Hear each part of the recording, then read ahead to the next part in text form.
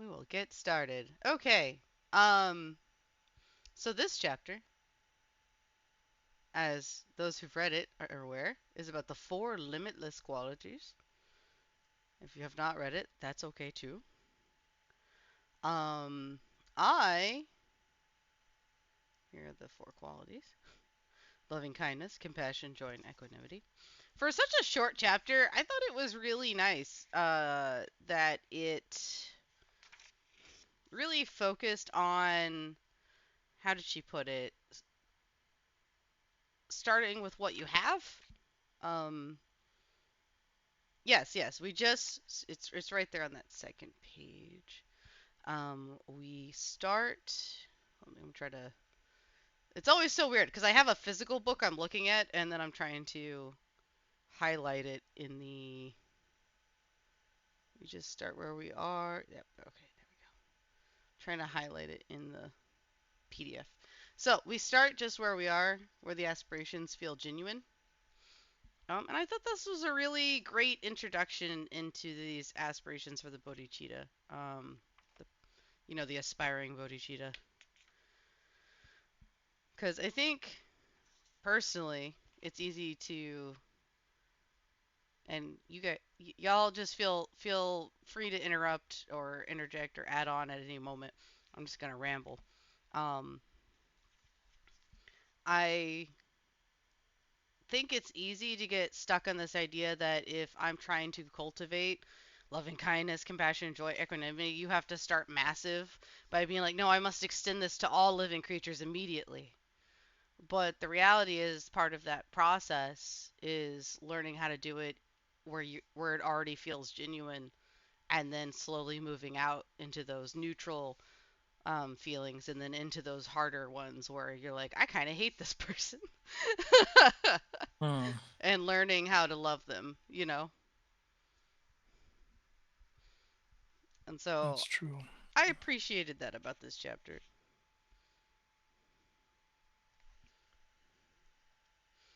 Um, Yeah, mhm, like you said, it's a very short chapter, so I literally just read it. that's Um, fine. I think it's interesting to tie together the concept of starting where you're at. So, like, this immediate radius of people that you obviously feel this for. Like, of course, I don't want my husband to suffer. I don't want you to suffer. Mhm. Um, and then branch that out. So, I talked to Ben a little in the past in group chats, but we're not super close. I can, draw it out to people like Ben, and then further out till it's, people Yeah, I thank you. hate, right? And then, but also tying that into, or I guess describing it as this sort of aspirational process where I start where I'm at. I want to have loving kindness, or feel this way for everyone and want this for everyone. And Mhm. starting where I'm at helps develop that sort Yeah. of like a virtuous cycle. Yeah. Exactly. Sort of like bootstrapping your loving kindness and so Yeah, on. I like that. Interesting. I wouldn't have picked that word, but that's a interesting way to put it. Well, Um, that's what did she say? Oh, yeah. All right. I know what I'm looking for. Yes. We never pretend to feel that we feel anything we don't. Um, and I think that connects to what we were saying. Like, we're learning to cultivate it further and further out from the people we already love. But then beyond that, you're not really trying to pretend you love all these people that you don't. Um, because that's not the experience either, right? I mean, I'm also a fan sometimes of a fake it till you make it approach to life. Uh, Sometimes I try to behave in the way I wish I felt instead of the way I do feel. Mostly that comes down to my depression. When I'm depressed, I try to, all right, if I were not depressed, what would I be doing right now? And if it's something I think I can do, like, well, I would have swept the kitchen. Okay, let's go sweep the kitchen. I can do that. I can't always make myself like I would be painting right now. Like that's not. I don't always. I can't force that as easily. But that's a bad example of the opposite of what she's saying here. Of you're not trying to pretend you already love these people, right? You're working on it. You're getting there. And I appreciate the straightforwardness of it from her. She's not like, "Hey, you're a bad practitioner if you don't already feel this way." You know. Um she's very straightforward about how, you know, you have to embrace the entire experience of what you're going through. And that's loving the people you love, but also feeling the aggression and less than beautiful emotions as well. That's part of our experience of being alive, right? Um, Yeah, that's something I also find very important because I mean, how often are we like, okay, I want to be this great spiritual loving person, but in reality, I'm just an asshole and I'm angry and I'm hateful and all this kind of stuff. And it's really important to be open and to allow these kinds of quote unquote ugly feelings as well.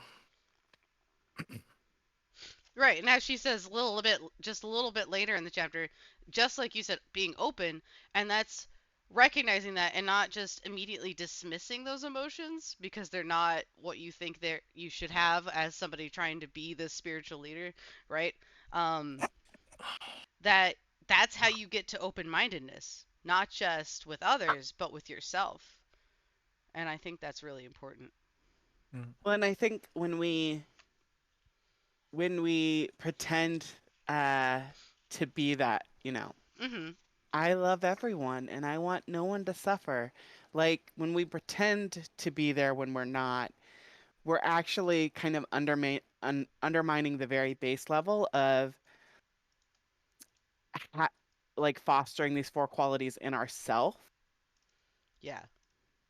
It's like trying to build a pyramid without that base letter. Like, well, that's not a good example. That still works, but you've torn out the foundation of the practice Mhm. because you've diluted yourself, which is not compatible with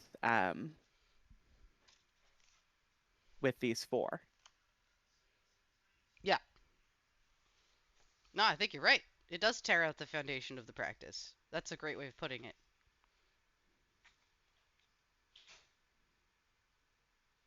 Um, and she gets right into that here in this paragraph of like it's stretching it. She like you're stretching it if you're like, may this person who's driving me crazy enjoy happiness and free of suffering.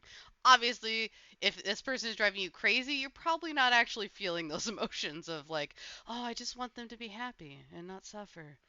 You probably genuinely would like them to have a little bit of suffering right now. I I get into that with my students. Like as a teacher, I'm supposed to love all of my students and try and, be this safe space for them. But sometimes you're like, my goodness, I hope you stub your toe on the way out of this room. That's brutal. Right? Like you are being such a butt face right now. Um and then I love the way she ends that little paragraph with we are all a paradoxical bundle of rich potential that consists of both neurosis and wisdom. And I'm like, man, that's so true. This Yeah, is absolutely. we are this little bundle of it all, and I'm a fan of Pimish. So I think I'm biased, obviously, in how I feel about a lot of her writing. I just enjoy it. I think that she gets pretty down to earth, but stays on point with the things she has to say to people, and just recognizes like, yeah, our brains are dumb. And that's okay. It's part of the practice. I like not feeling like a failure because my brain is dumb.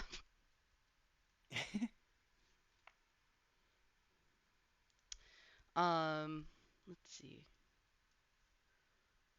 And then just exactly what we were saying earlier of that aspiring to these things, working towards them is what's going to get us to that point of working with those more difficult relationships. Of I know I've got some spicy feelings towards some people in my life. Yeah, and in Yeah. the beginning of this paragraph, she basically kind of picks up what you said earlier about faking it till you make it. Mhm. And but she contrasts the aspirations she talks about with affirmations, which is like Oh yeah, yeah. instead of saying let these things be like this and that, you Mhm. basically just saying I am a loving person or something like that. And yeah, and I find especially it can actually have or it can be counterproductive you if you're feeling the opposite of that. Yeah, no, you're right. You're trying to instead recognize if you're trying to give yourself these like little no, I'm kind, I'm awesome. I'm going to love this person. Those little affirmations can absolutely distract from the actual work. Um I think you're right. I did skip over that and so that's she calls it deceiving ourselves and I think she's right. It is a lot of deceit like you were saying and this she puts it as pretending it has the power to uncover bodhicitta, but it's it's harder work than that.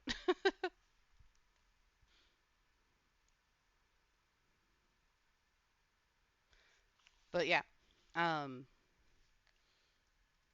but we aspire and we practice and we can get there. It just takes a very long time sometimes. Uh, Um, goodness. Oh, I like this. I think she's so good in my opinion of like you read through the chapter and you're getting these ideas and then like the way she like puts together her conclusionary paragraph in these chapters really helps tie it all together, I think, in nice bows. And so what she says here, I'm trying to. So, for instance, we are not forcing ourselves to be good, right? I think sometimes it's frustrating to feel like you have to force yourself to be one way or the other. But instead, when we see how cold or aggressive we can be, we aren't asking ourselves to repent. And instead, we have these aspirations in our practice that we're working on, right? And so I know personally, and in detriment to who I hoped I would become when I was younger, right? Like I look back on younger me and she would be kind of like, why aren't we over these issues yet, right? I get really cranky. I'm a grumpy person. I I can get really like just annoyed at things, right? And so it's not about feeling guilty all the time that I feel that way, that I have these angry emotions that arise, but to continue to aspire and practice in ways where I can cope with them and develop more loving responses. And so, as she puts it here at the end, I think I mentioned earlier, in this way, we come to know the difference between a closed and open mind.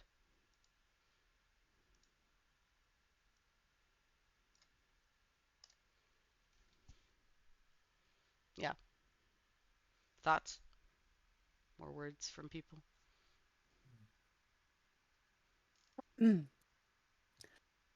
um, I think reading through this, something that stood out to me is, um, and this is stupid, but back when I was super into rationality and the idea of learning to think better, there was this post that really resonated with me. That was like, it's a Japanese phrase, and I guess it gets used in anime a lot. Mhm.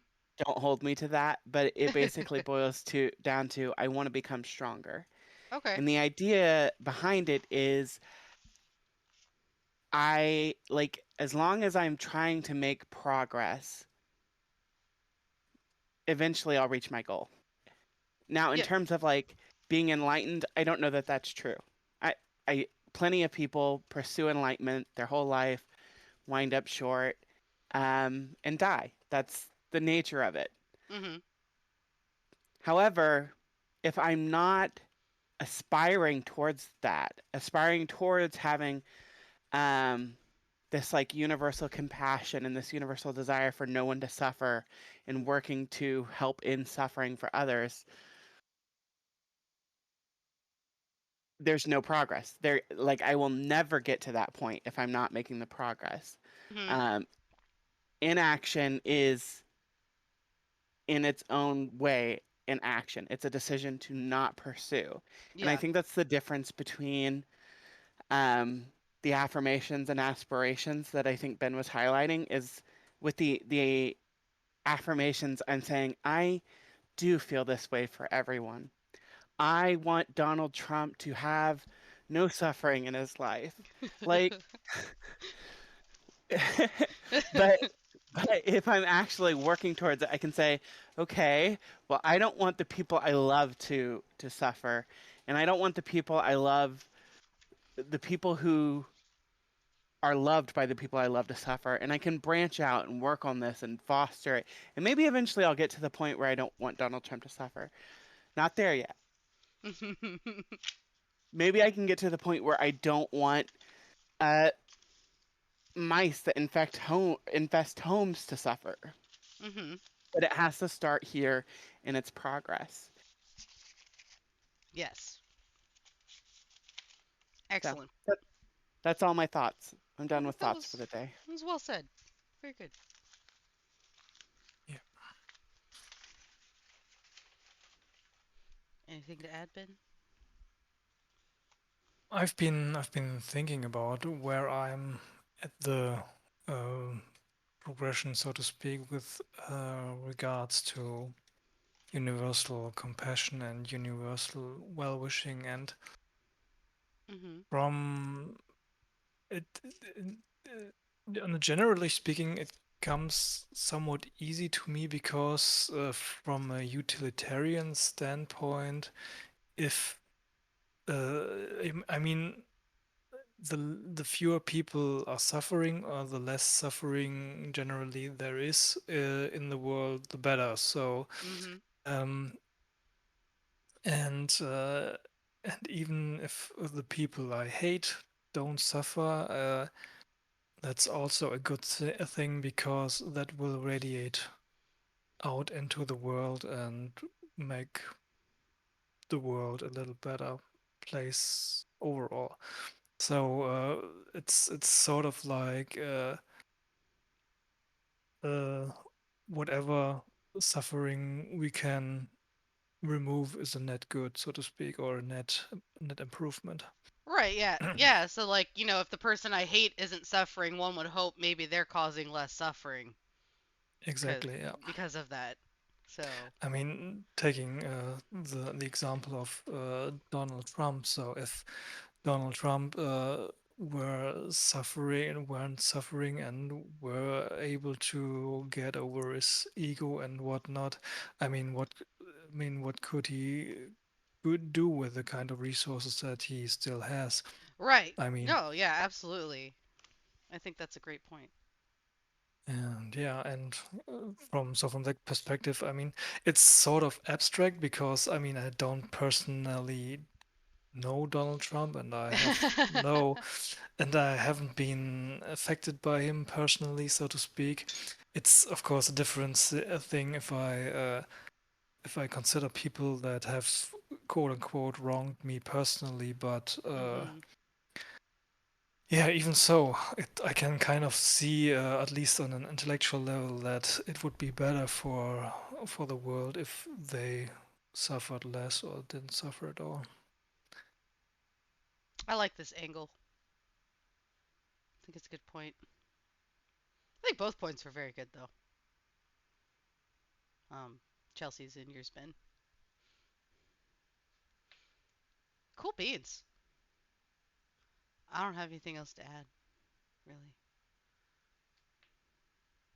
Good job, team. We book clubbed. We book clubbed. We did it. So, so you want to do the next chapter, or